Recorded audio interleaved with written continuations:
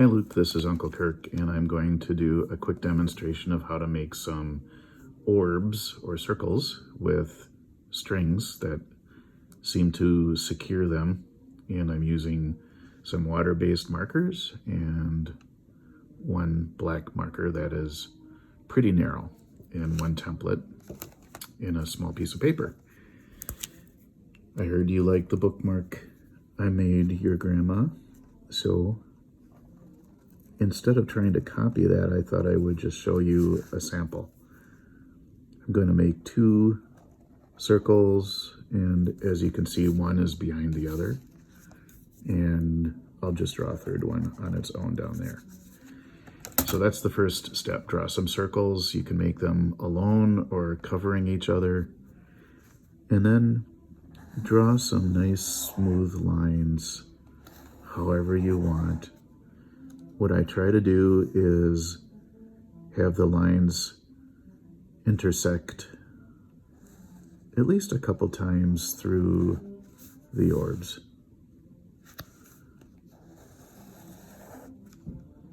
Now you can see this one has three little sections, this one has three sections, this one has six. So that will provide some interest. And I might even draw one more line because I feel like I want this one to have some interest in it. And the next section, or next step, is to take each part, and you can decide near the middle where you want to start, but I just make a little hoop, and then I expand like this, and I continue until the whole space is filled. It might look like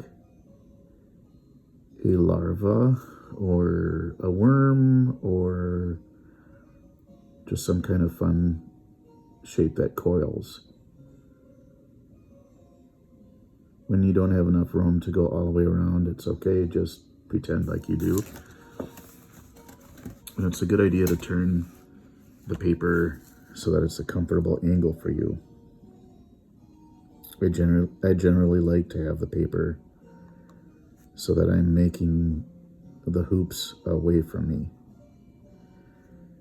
And sometimes it's good just to relax and exhale when you make the circle or the semicircle. And you can see when I don't have enough room, I just pretend like I have enough space.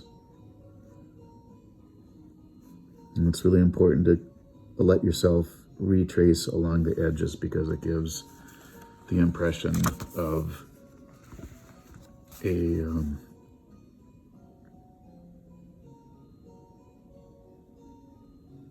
a shape that's getting some tension on it from the strings. Even though this isn't probably considered typical art, you could think of it as a graphic design or even just an art exercise or a hand control exercise. And if you're like me, you'll make some lines that I wish were better. However, my suggestion is never worry about it. Just do your best, and remember you are learning some skills to move your hand and your pen, because these things can help you with other things like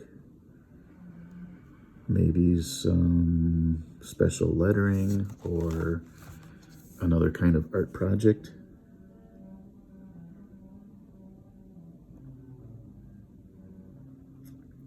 These lines are creating a sense of value at the center. Like the value is darker.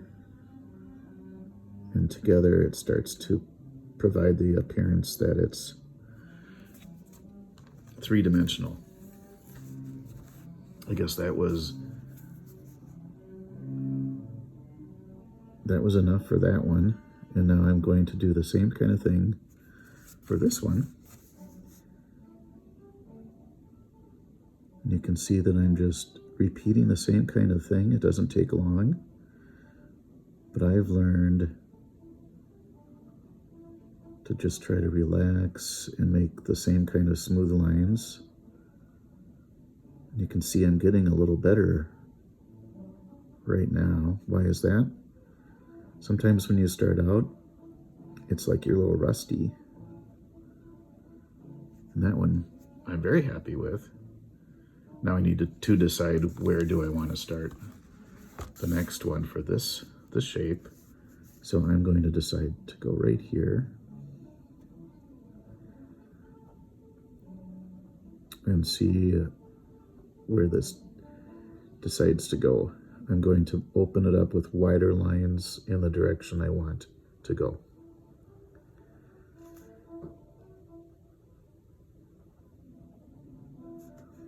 This edge is closed off, so I'm going to finish that up and continue. Sometimes sometimes when I slow down, I do a lot better. It's not a race, and just enjoy the process. Because when you keep going, it's like the lines create the shape on their own. And this one I'm going to start right here.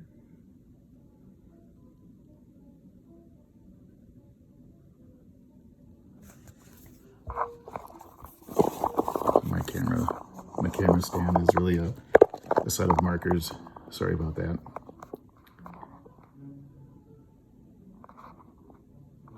Hopefully it'll stick.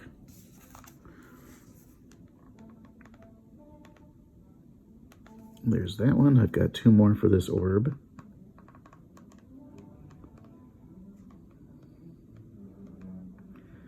This orb section, I should say.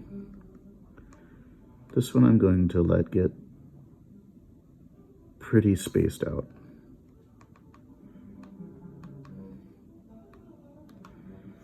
And then one more, I'm going to do it toward me, which is always an option. That looks pretty good. I like the way the lines made their own personality.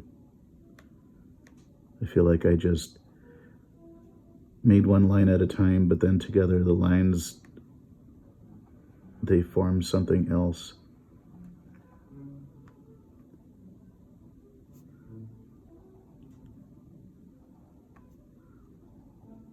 Sometimes the lines get shaky, and sometimes they look really smooth. But in the end, it's nice because it's made by a human. It's not generated by something automatic. As you can see, I turned this upside down because I actually want the flow of the lines to be opposing opposite directions in this one.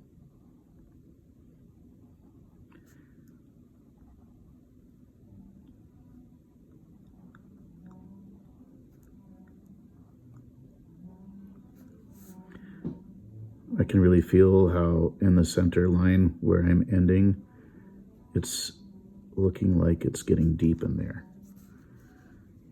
And I'll continue on this side.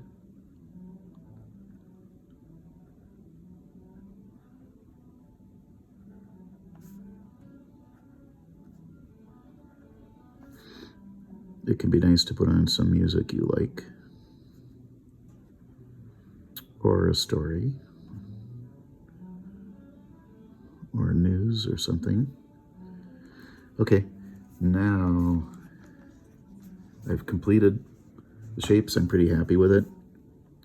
Of course, because I'm demonstrating, I'm not really worried about being perfect.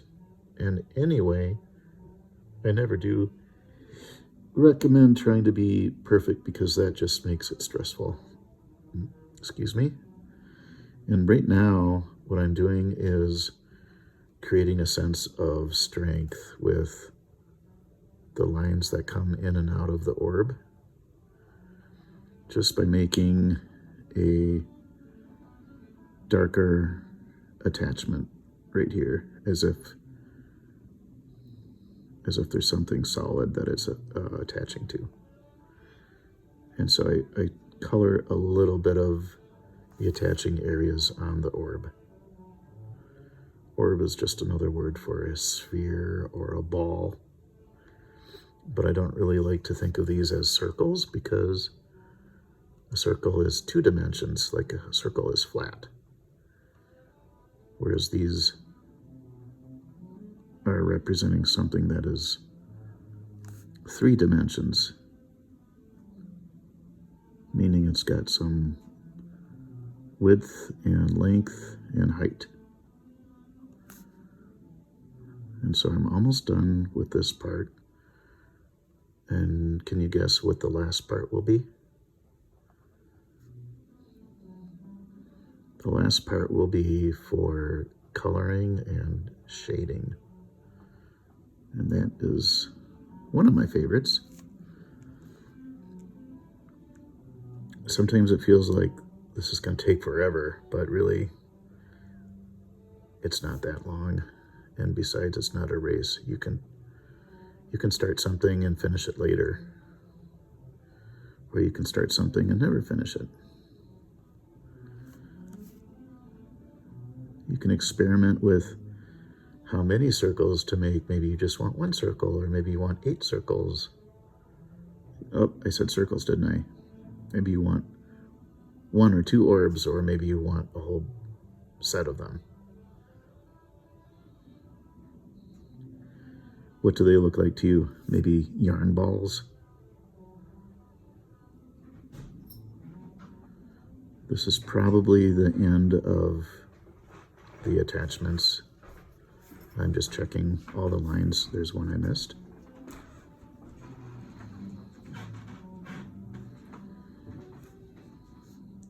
And the other side needs the attachment too.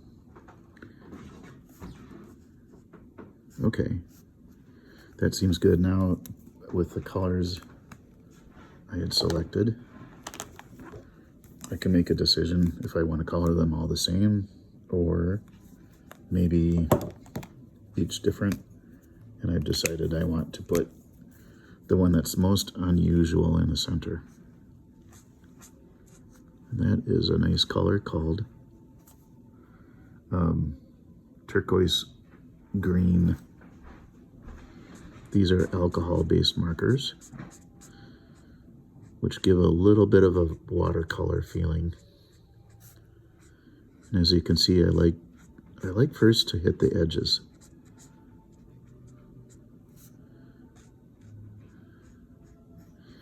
One reason is on a orb like these, it's okay to hit the edges more. In fact, this is one technique of shading.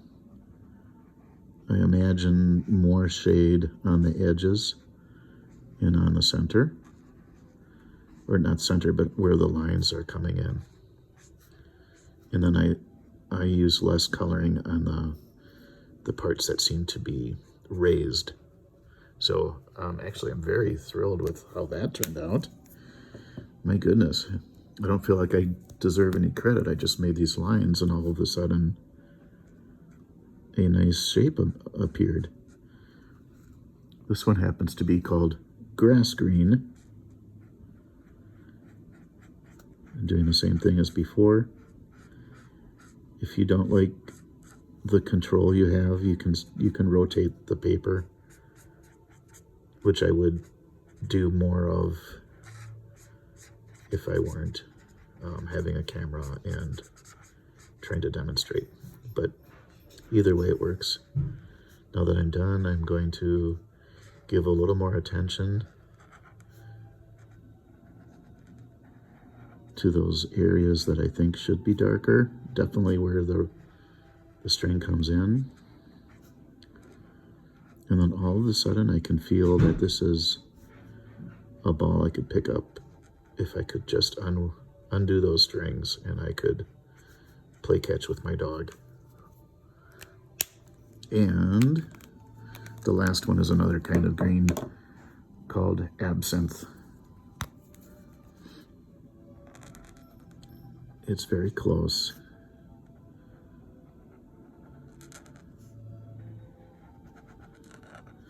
But how does it look different than the other one? Does it have a little more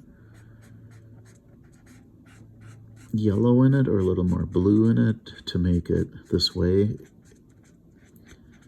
You know, it seems like an olive color almost, whereas the above one is more of a green, a true green. Oops. Now, you can see I went out of the edge more than I wanted to, but I'll show you a trick how to a little bit fix that up if you want to, and I want to, so I'm going to. Okay, I'm about done with that.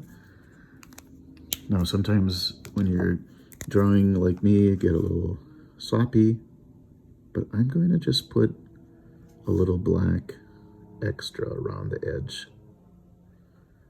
And all of a sudden, that error went away.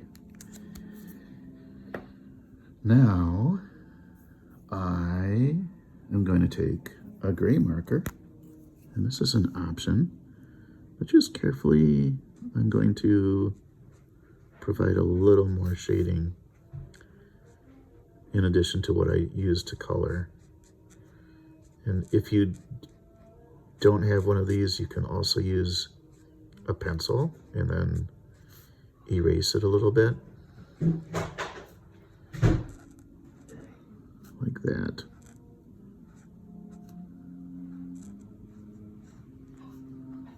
I don't want to overdo it, but this edge seems a bit exposed. I want to confine it a little bit. I'm about done. It's good to take a step away and see, is there something you want to modify a little bit?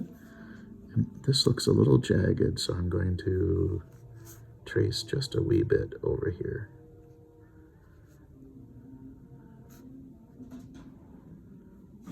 But again, we're not trying for perfection, just a nice